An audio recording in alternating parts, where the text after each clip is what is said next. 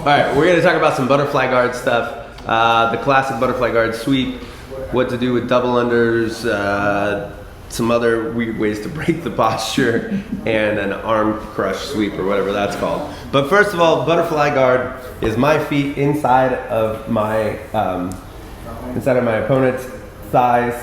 I want to keep sticky hooks, which means I am always in dorsal flexion, right? I'm pointing my toes up to the ceiling and sticking wherever he may go. I want to be able to track that one side or the other. I don't just kind of lay my feet in there.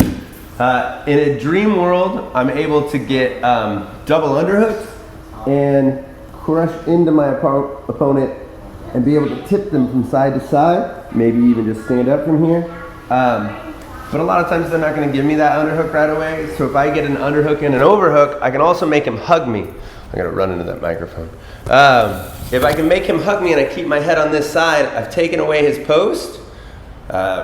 Keep my head on this side so I can drive his head that direction, and I've taken away his post. I'm going to roll to my shoulder. This is why people make you do those silly warm-up drills where you roll over your shoulder, because if I pull him back, he gets to flatten out and crush me or pass my guard. That's no good.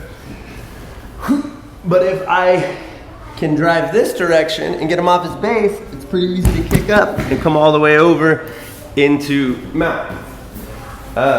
You might have to rock back slightly, but we never want to give ourselves all the way back. If I have to move back a little just to get some elevation, that's fine, but I want to be driving this direction so I can get up and get on top. Sometimes they're pushing into me and I get stuck going backwards. And this is a good time to get that one underhook and start attacking this arm. And now this arm is framing on his face, and as he drives into me, again I'm falling to my side so I can kick out and get up on top with a good isolation of that arm.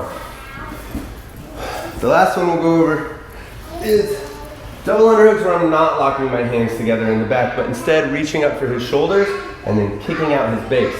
So I get in here and I grab both shoulders, my head up under his jaw, and I'm gonna slide my hooks into his base and flatten him out like a little baby. And then I drive this up and I'm up high in mount with his arms isolated.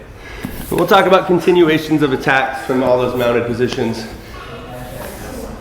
As we're working butterfly guard, if he's starting to counter a little bit and go for control of my legs, I'll go for control over the shoulders here, or even the belt if possible, and then I'm going to slingshot myself up. So I'm going to fight a little bit forward, give him a little pressure, and then I'm popping back and pulling to get above and reverse the target in there.